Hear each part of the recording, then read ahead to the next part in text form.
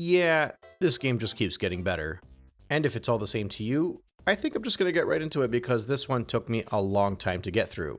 And with the increasing lengths of these Mario Galaxy 2 videos, I think it's a little bit better to save my rambling for while I'm going through the actual stages. Especially because the first one is Supermassive Galaxy, which is an homage not only to Tiny Huge Islands from Super Mario 64, but also an homage to the level with the same gimmick in Mario Bros. 3. Mission 1 is appropriately titled Huge Trouble with Big Wigglers. I actually think this one is a little bit bland in its design. It's cool that it uses a lot of those traditional blocks, as well as utilizing giant coins as set pieces and walls you can wall jump off of. I don't know, something about all of these little pieces just floating in outer space doesn't really jive with me. From a gameplay perspective, I think it's a lot of fun though. Rather than everything just being a giant callback, the stage creatively finds ways to use the pipe mazes as well as the thwomps as stage hazards to utilize in order to further along in your platforming, with the thwomps both offering a speed challenge as well as a wall jumping challenge to work your way upwards. And I don't use the word challenge lightly either. I lost a few lives here, mostly because I tried to go faster than I needed, so when I slowed down it was okay, but still. After you get through the initial challenge, you'll make your way to a circular planetoid where you have to take down these 3 different Koopas using Drill Mario. It's a pretty quick and painless challenge. Grab the launch star and get to the next segment. I appreciate the aesthetics in this challenge a little bit more. I think I like the little star chip platforms. You get a chance to collect a ton of coins by doing a few long jumps while also maneuvering your way around some giant piranha plants and flying Goombas. After making your way across some ascending platforms, you can take your launch star over to the next planetoid. When you make it there, you'll notice that everywhere you run around, you'll see plants growing out. If you actually run around the entire planetoid and all of the flowers come out, you'll be able to grab your hidden star. Once that's all said and done, you can go back into the stage, do it all again, make yourself to that planetoid, and instead of making all the flowers come out, just take the launch star to the next segment. It's much easier said than done, you just kinda gotta make your way across the cyclone over to the other side. The only thing is, I had to be a little bit more cognizant of the speedy wigglers, since when I try to just quickly jump my way across, they'd bump into me and I'd lose a life. But once you get that star, you'll be able to move on to Flipsville Galaxy, flip-flopping in Flipsville. So the gimmick here is that you're on this double-sided planetoid that you have to ground pound on these little grates in order to move over to the other side. There are spiky enemies that'll walk over the grates, and obviously when you ground pound on them, that's your chance to defeat them. The gravity will only shift if you make those ground pounds, however, so you can't just jump from the side, otherwise you'll lose a life. There's a bit of a puzzle element to it too, because you gotta figure out how to make your way across in order to get yourself towards the top where the launch star awaits you next to Captain Toad. After that, they just kind of expand on the gimmick. There'll be a similar type of challenge, only this time you're actually avoiding chomps as you make your way through the path to the next launch star. Continuing along through this little green area, get on the platform that's moving side to side and connected with other platforms while ground pounding when necessary, and after narrowly avoiding spikes, you'll make your way over to the launch star, which will eventually take you to the boss fight. This one should be pretty obvious to figure out. You gotta go underneath the stage and just ground pound whenever it passes over the grate that you're standing beneath. It'll go to the bottom side as well, so you might have to make your way around to the top and rinse and repeat. All in all, a pretty fun boss to look at, but not really the most difficult challenge. At this point, you can actually head back to Supermassive Galaxy for the comet that arrived, and it's the Big Wiggler speedrun. You're basically repeating the same star again, only this time you gotta do it on a time limit. These time limits are typically my least favorite of the comet bunch, but the way the obstacles around the stage are made up, as well as the not very generous time limit is set up, will mean that you gotta be on your toes throughout this one. I failed right at the end a couple times, and even when I did make it to the end, I only made it with a few seconds to spare. When that was all said and done, it was time to go back to Flipsville Galaxy for Flipsville's new digs. You kind of have to rewalk the path, only this time you're using Drill Mario to get across while destroying all the Mecha Koopas along your way. Once you eventually make it to the launch star, you'll have to use Drill Mario to jump a little bit back and forth between 2 sides of the platform to make your way over to the top part and enter the pipe maze. You end up in a grid where the gravity keeps shifting left and right and up and down, and it's a bit of a puzzle because you gotta figure out how to maneuver your way around while collecting all 5 silver stars in order to collect your star. After that, you get to Honey Hop Galaxy, another B Mario inspired stage. You gotta go on a hunt to collect the 5 silver stars, and obviously you'll be using B Mario to get around. Which means you'll be flying, you'll be walking on the wall, you'll be swinging on these little vines, you have to strategically avoid the water wherever you can. This is a bit of an open sandbox, and you are going on a hunt during this mission as well, so it is kind of fun to just kind of move at your own pace and search. But that being said, the platforming challenges here are not really that forgiving. You will struggle just a little bit to make sure you can get to where you need to go. Especially once you get to the 2D section and you got little bubbles of water plopping towards you. It was actually kind of annoying because I made it to the top, but I forgot that I don't have B Mario, so when I jumped to the cloud, I fell right through and had to start over. After that, you get to hover your way over to the next segment and just kind of start the whole thing over again. And this area is where you're actually going to find those silver stars, however. And there's a lot more water for you to lose your power up, a lot more enemies along your path that'll slow you down, and just a lot more pinpoint platforming that you'll have to be able to maneuver through while using your B Mario power up to get around. Still, it is an open area, and despite the uptick in difficulty, this is a fun one to kind of just go at your own pace in. Once you make it to the top, you'll find the Queen Bee and she'll have a silver star on her back. Once you have all 5 silver stars, you can head your way back up to the top and grab the golden star. At that point, you can actually head back to Flipsville because the Prankster Comet has arrived. There's a purple coin speedrun. This one actually will test you. It's that same grid, only there are 100 purple coins for you to collect. It's all about mastering the timing of knowing where to stand when the gravity shifts so that you can grab all the purple coins before moving on to the next section. You gotta be quick too, know when to wall jump, know when to make your way around to another side. There is going to be quite a bit of trial and error on this one, and since you are more or less beholden to the time limit, you probably will get frustrated a little bit because you missed yourself a purple coin and won't be able to start over. I did use the first couple of attempts to figure out how to make sure I can grab all the purple coins before moving on to another segment though. I think it wasn't until I actually got to the 4th attempt that I managed to get all the purple coins, although in fairness, in my 3rd attempt I got 99 of them. But once that's all said and done, you're able to grab your star and move on. In my case, I decided to move on and head towards Chompworks Galaxy, with the first mission titled Where the Chomps Are Made of Gold. This one kind of feels like a fun factory. I guess it's where chomps are made. There's a whole assembly line to it. The Gearmos from the previous game make an appearance here too, and to add on to it, you can use Luigi as well. So really the whole gimmick here is finding a way to manipulate the stage to make sure the chain chomps can make it towards the little slot waiting for them at the end. The first part is easy enough, you just flick a switch and stand on a platform and you'll get a chain chomp into the hole. That will spawn a launch star and you'll be able to move on to the next section. At which point it will get a little bit more difficult because you'll have to use the spin attack to flip the platforms back and forth, as well as manipulate the little seesaw to get the chain chomp in the next hole. After that, it's the final challenge. This is actually pretty fun, there's a whole assembly line to it. A golden chomp will appear in the background and you have to guide it all the way to the start of the segment that you're in.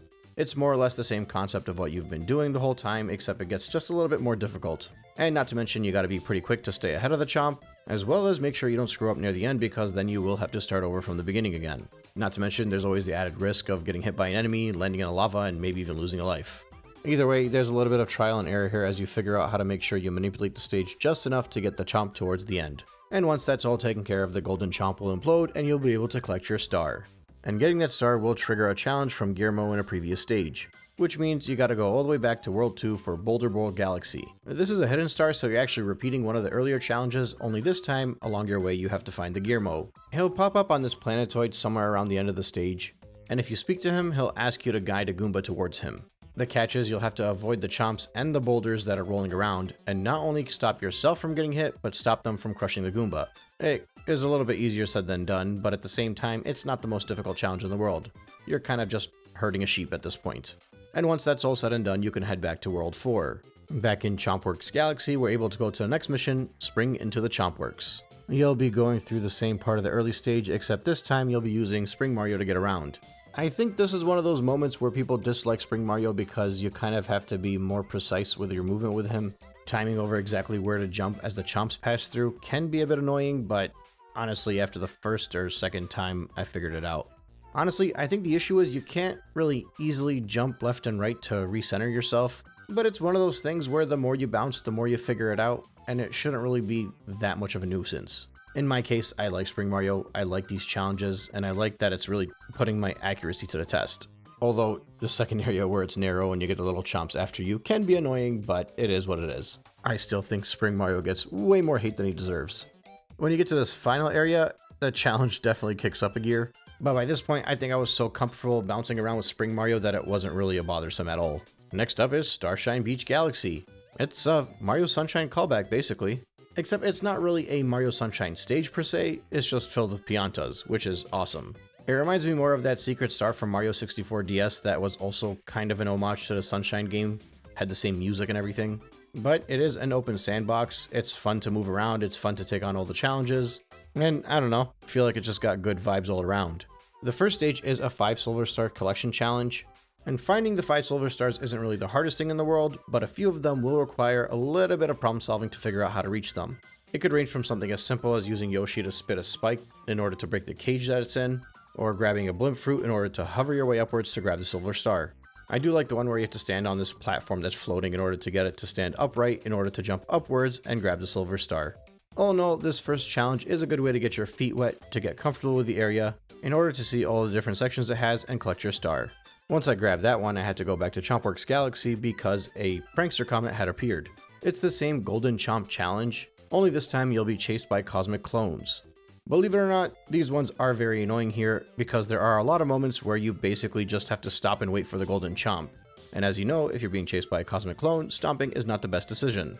I found myself just kind of making all these wide turns and just being very careful about which way I'm running and which way I'm stopping. I think it actually took me 4 or 5 tries to get to the star, but eventually I did grab it.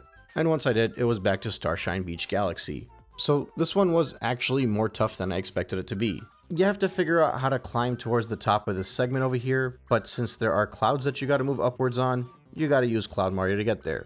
Now, mind you, I spent quite a bit of time looking around for the cloud power-up at first. And that's because I actually had to swim through the underground alcove in order to ground pound onto this little switch and get the Cloud Mario power-up to spawn. I actually still struggled with this.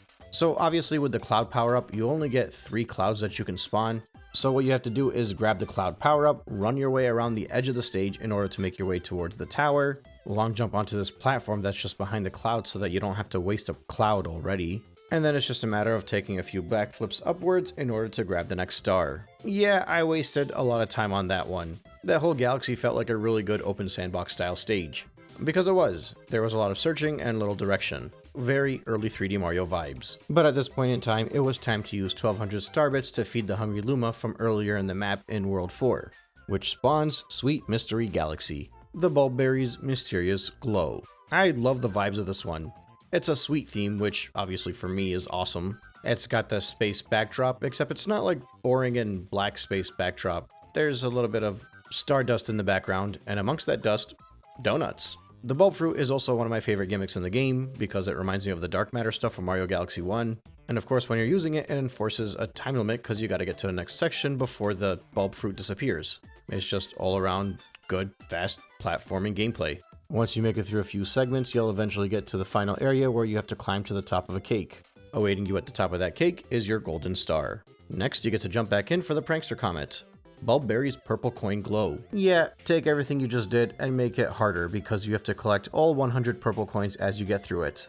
It seems simple enough, but considering I lost something like 3 or 4 lives trying to get through it the first time, doing it with the purple coins makes it that much more difficult. There was more than one moment where my platform had almost disappeared and I just barely was able to grab the bulb fruit. Considering I had just finished this stage, it was pretty easy to get myself towards 95 coins, but I did fall to my doom before I could get the last 5 and had to do it all again. But that just comes with the territory with these 100 coin challenges, I suppose. All in all, I think it's a good way to take a tough platforming challenge and make it just that little bit more difficult as you get experience and mastery of the level. And it's just another successful prankster comet in Mario Galaxy 2. And really, that's just Mario Galaxy 2 in a nutshell. The more you play it, the more you enjoy it. Or at least that's the case for me anyway. I think I mentioned that World 3 was the point in time where I felt like the game really took it up a level, and then it just continues on with World 4. Every challenge was fun to go through, both from a game design perspective, as well as the platforming, the aesthetics, the vibes, and the difficulty. And the funny thing is, I'm not even going through all the Bowser stuff just yet, since I'm doing that at the very end in its own video. But what I really enjoy about Mario Galaxy 2 is that, up until now, I have yet to feel a dull moment. Like, sure, you might get the occasional prankster comet that feels like it's a little bit redundant, but compared to most Mario games, and especially the 3D Mario games leading up to this one, those moments are so much fewer and further in between. At the end of the day, the more that I play Super Mario Galaxy 2, the more that I'm starting to think that this might actually be my favorite 3D Mario title. I obviously won't claim that right now because I do want to get through the rest of the 3D Mario titles before I make that statement. And while I have played 3D Land, 3D World, and Mario Odyssey, and I remember enjoying them all to a different degree, I don't know that I enjoyed any of them as much as I'm enjoying Super Mario Galaxy 2 at the moment. But we'll see with time, because before starting Super Mario Galaxy 2, the most recent game that I had played was Mario Odyssey, and I played that back in 2017. And when I finished Super Mario Odyssey, I thought it was my favorite 3D Mario game at the time too. So, anything can change. But yeah, right here, right now, end of World 4, I'm loving everything Super Mario Galaxy 2 has thrown at me so far, and I'm so looking forward to everything it's going to throw at me in World 5. So I'll meet you there.